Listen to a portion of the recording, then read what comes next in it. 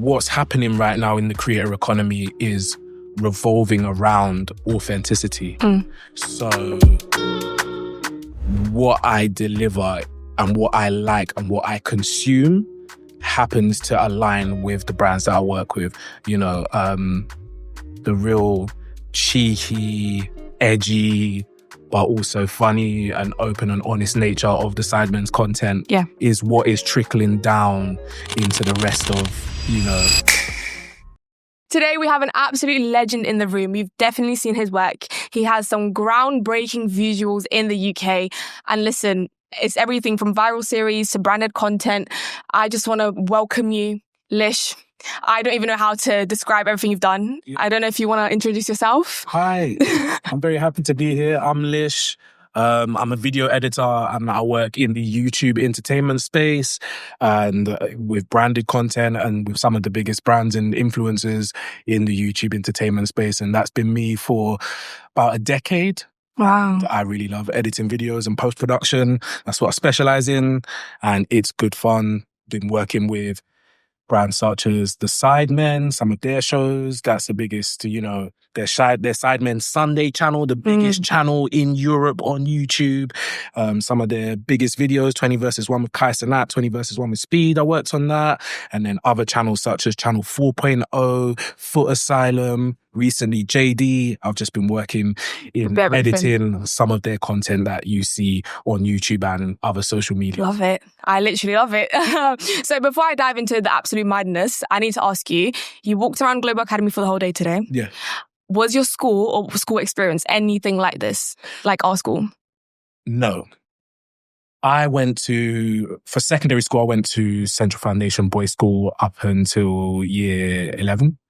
And then I left there and went to Woodhouse College. I did AS Media a year early. Okay. But with regards to all the equipment and like rooms and different courses that's available here, that's nothing like the AS Media that I did at Central Foundation Boys School compared to what I'm seeing here. This is bespoke, built for purpose, a whole school focused around everything that I love, you know, with regards to what I do for a living. So it's a totally different experience. And yeah, it's amazing because this is like really gonna, you know, change a lot of people's lives and livelihoods as it is doing at the moment. Yeah. We're trying. Okay, so we spoke about your school life. Just take me back to the start of your career. How did you actually decide to like pick up that first camera? I know you said you did media, but how did you say like, okay, I'm going to upload my video and this is what I'm going to do now. This is what my career is going to be. Sure. So I'd say where I started with video editing in general.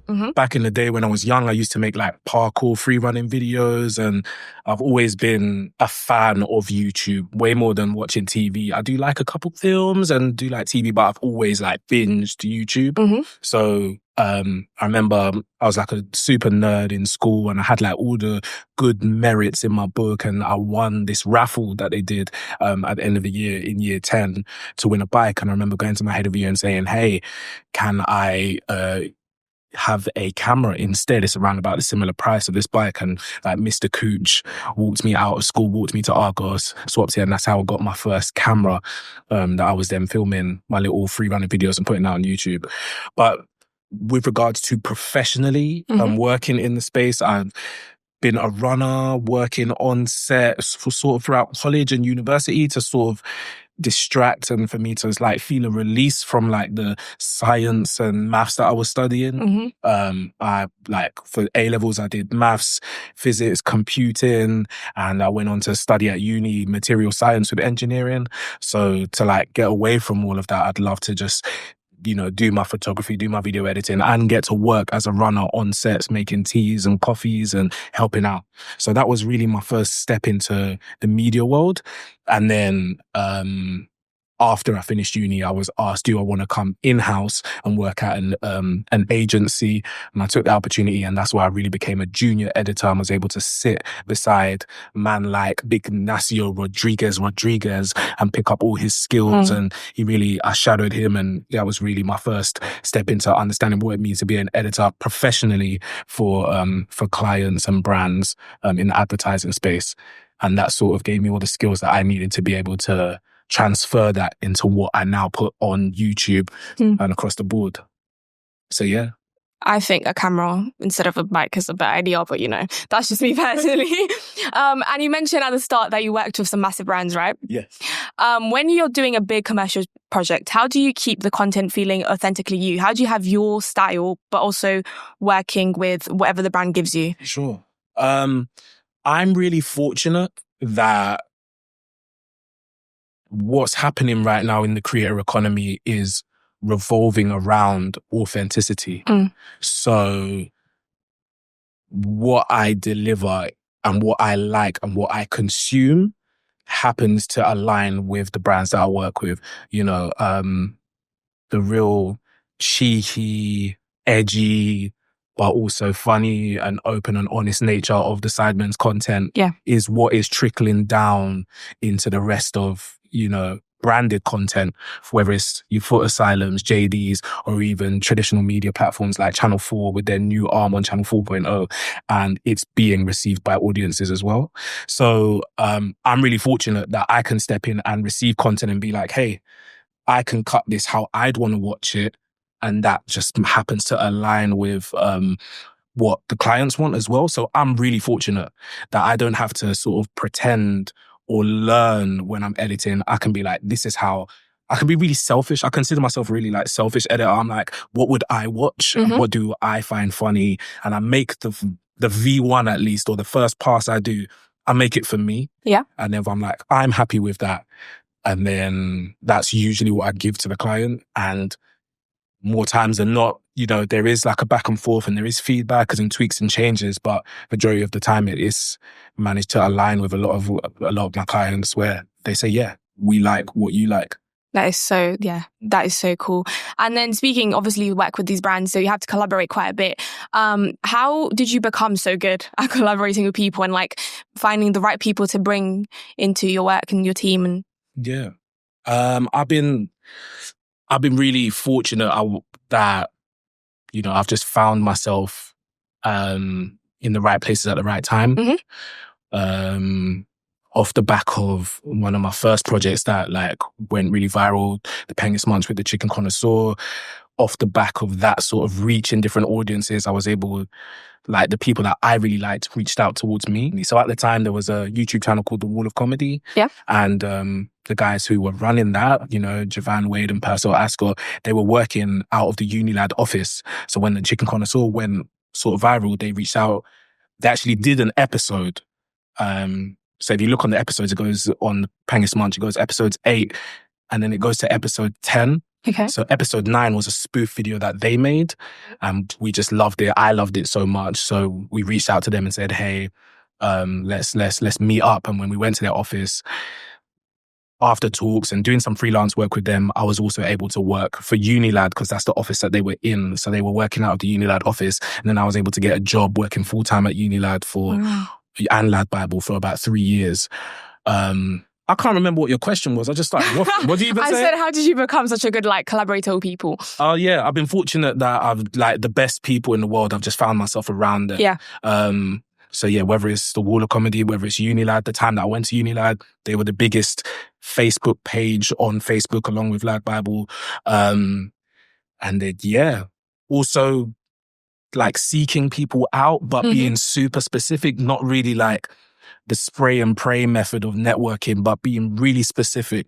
Like when I left the Wall of Comedy, I started freelancing. I was like, oh, who would I really love to meet and work with? One of those people was Constantine, and he was like the main cameraman for the Sidemen, as well as someone who just loves tech and cameras and such and so forth. So reaching out to him and just being like, hey, I love what you do. I'd love to assist you in whatever you do. And him sort of like being receptive to that and then giving me opportunities to edit some of the projects that he had shot led me to end up, working on some Sidemen content. Wow. But also, I'd say that when I did get any opportunity, I've always felt incredibly confident. Yeah. And that's because of the work that I did at Nonsense. So the work that I did, learning how to respond to clients, what's acceptable, and what good actually is. I learned that at Nonsense. So anytime that I went to Unilad, everything else has been easier for me to really adapt to because I've had that like professionalism that I got from that experience. Yeah. And I think that's something that everyone who studies here is getting, that sort of technical expertise to now anyone here who steps into like the YouTube realm is like so well prepared compared to other people who might just be stepping in off of a phone. Yeah. CapCut. Definitely. And then before I go into my more fun bit, sure. Yeah, I'm going to ask you one more question and then I'll have a bit of fun.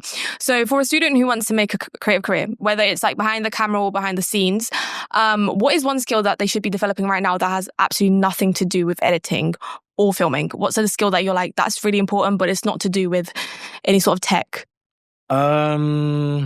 I would say this comes from my experience last year. So in 2024, from February to December, I got to work on Behind the Diary, which is Stephen Bartlett's behind the scenes YouTube channel. So he's got the main podcast, the Diary of a CEO, but he's also got this behind the scenes channel where a guy called Will Perez is with him all the time, following him everywhere and creating these weekly episodes of his life as a entrepreneur, podcaster, and general legend.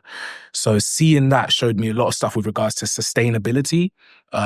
So a lot of people are really passionate about the art and the craft, and so you should be. And a lot of artists putting their heart and soul into creating their work, but being able to do that consistently and being able to scale a business out of your art and something that can really, look after your family, your friends, and help people is another arm that I'd say pay attention to. So if there's a module, if there's a course you could do in just basic business, even being a freelancer and understanding how to get work and understanding it is a business, can benefit you so much. And like that experience of me just going and learning all of that, I'm like, oh my goodness, I can't believe I didn't know any of this before. And it's completely changed now in these later years how I'm approaching my work. And it's highly influenced by strategic sustainability from a post-production standpoint and scalability too. So business. Yeah. I think it's one skill we don't focus on enough, definitely. Okay.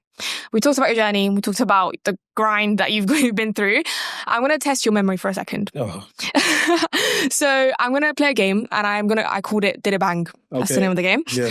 And it's very simple. I'm going to give you a viewer count, right? I feel like you know your views, from what I've seen about you. I feel like you know your views a bit. Bits and pieces. Yeah.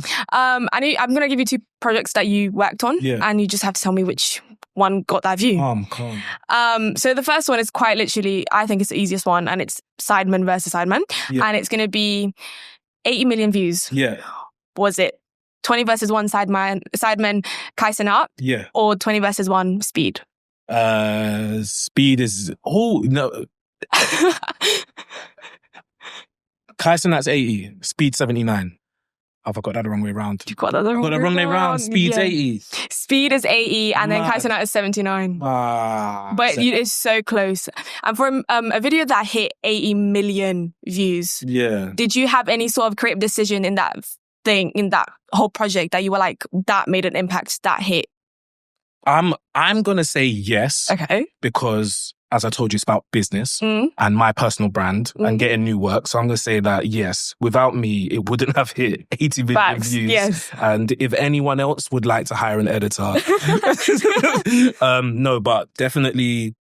when I was working at the Wall of Comedy, one of their biggest clients was Foot Asylum, and they had a dating show called Does the Shoe Fit? Yep. Similar vibes with regards to it being like talent-led and being a game show and being high risk and also being tongue-in-cheek and such and so forth. So I've got like, I really enjoy editing content like that. And I've done it a few times before and that did very well. So I'd say that is like my remit when it comes to dating shows, game shows, studio setups. I shine in that kind of area.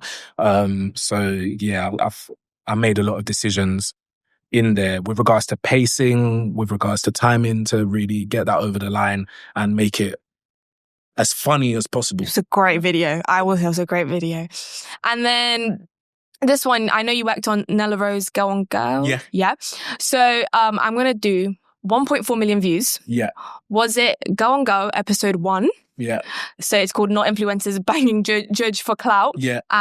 Or Beta Squad Friendship Test, Nico versus AJ, which is a bit more recent. Girl on Girl is 1.4 million. Yeah. Yeah. On the dot. But Beta Squad is nearly there with 993K. I really hope that gets over 1 million. Because this year was the first time where I got to work on some stuff with JD. Okay. I've done some foot asylum stuff, haven't done JD. I almost see it almost like looking like Thanos with the rings. There's a few different ones that I haven't been able to cover yet. BBC 3, I don't think I got anything on there. And there's a few other channels. But getting to work on them was great. But I really like it when you go on a YouTube channel and then you click like popular, and then I can see something I've worked in that kind of remit. Definitely. And if this gets over 1.1 million views, this video of Nico, then it would be the most successful video from JD's YouTube channel this year. And I'd like to be able to be like, hey, I worked on that. I see it coming. I think it's coming. Okay, third round, we're gonna bring you back to Peng as Much. I have to do it. So with 2.8 million views, was it Peng as Much episode 4?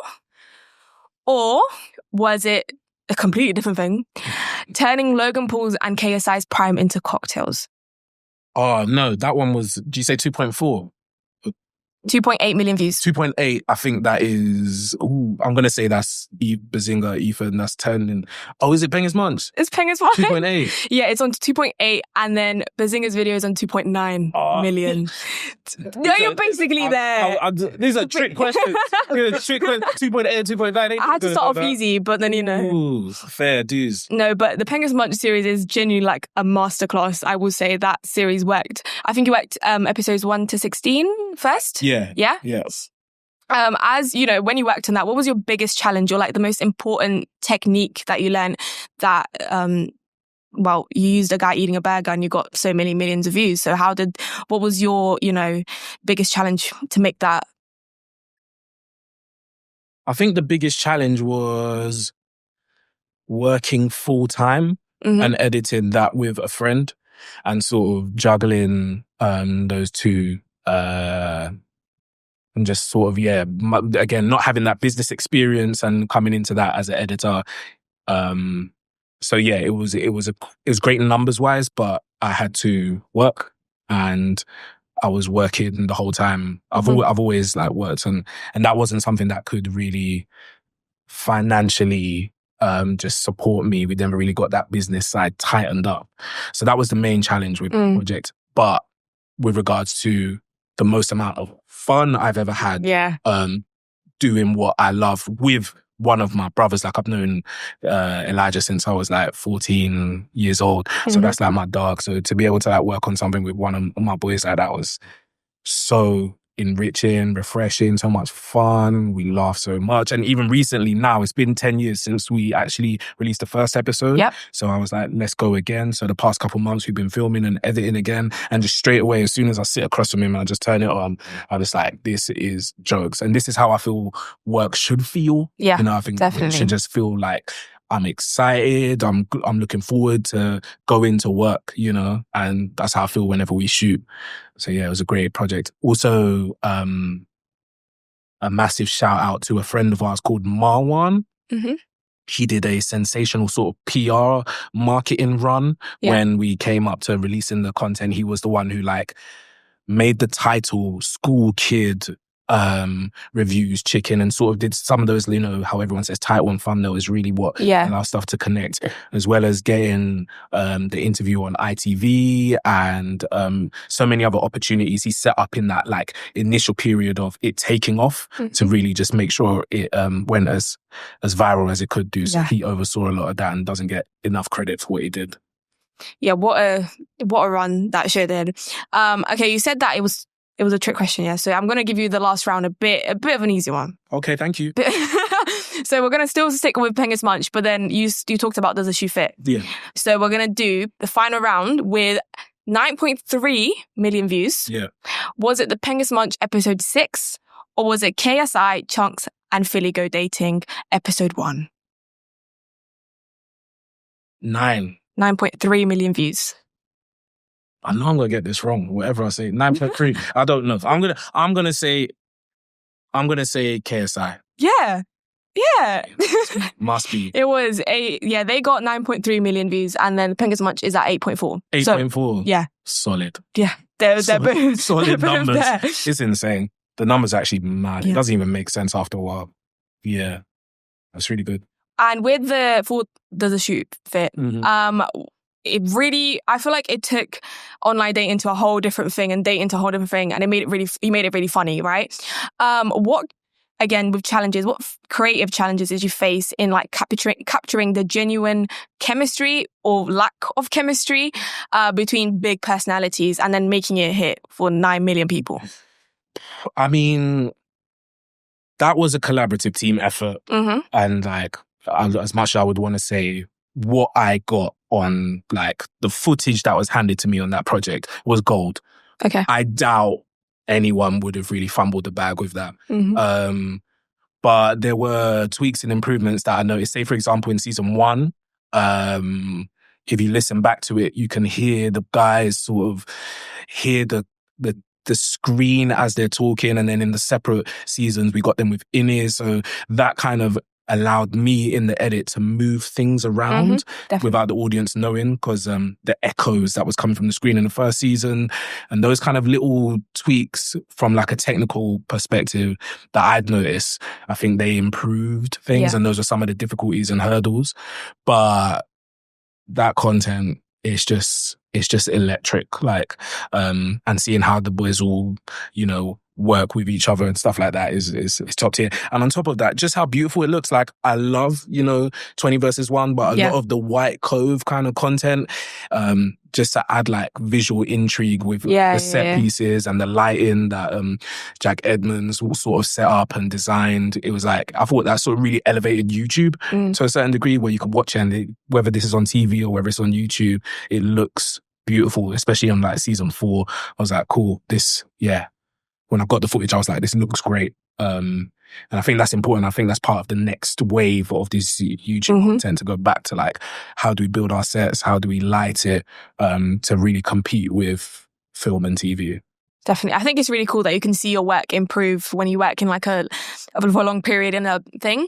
I'm going to say, I think you still know your numbers. Even though, I gave you some trick questions, I think you know your numbers pretty well. And that was incredible, both the game and the conversation. But before I let you go, I just want to ask, if you had to give one piece of advice right now for a student watching, maybe an aspiring to be a person like you in the industry, what's the single most crucial thing that they should be doing or learning today? Learn After Effects. Right. Learn After Effects. It's a bit of a cheat sheet. My whole career, if I'll be super honest with you, a lot of this was based on my ability to clock what other people weren't doing and start doing that. And a lot of people weren't using After Effects and putting it throughout the main piece of their content. So if you are an editor, stick with Premiere Pro, get that under your belt. But if you learn After Effects, it just changes the quality by so much more in all the content you're making. And do something that is just yours and have something that is your own IP, as well as working with clients. So I've always done that. I'm always, even right now, I'll be creating stuff with my friends, as I was doing with Elijah, alongside what I'm doing with Sidemen and other clients. So always have something going that's yours as well. Because it's fun. You get to practice things that you might not get to do with a client, and all of those skills that you pick up, and get to be just creatively free. So yeah. And try to sleep your 7-8 hours as best you can, but push yourself too as well. Yeah. So I think we know what thing I'm going to be learning next. After Effects it is. But listen, it's just been such a pleasure to interview you. Thank you so much for your time, your insights, and now we'll know what to learn. And thank you for watching. Make sure you check out Lisha's work because it's fire, I will say. But yeah, thank you so much. Thank you for having me.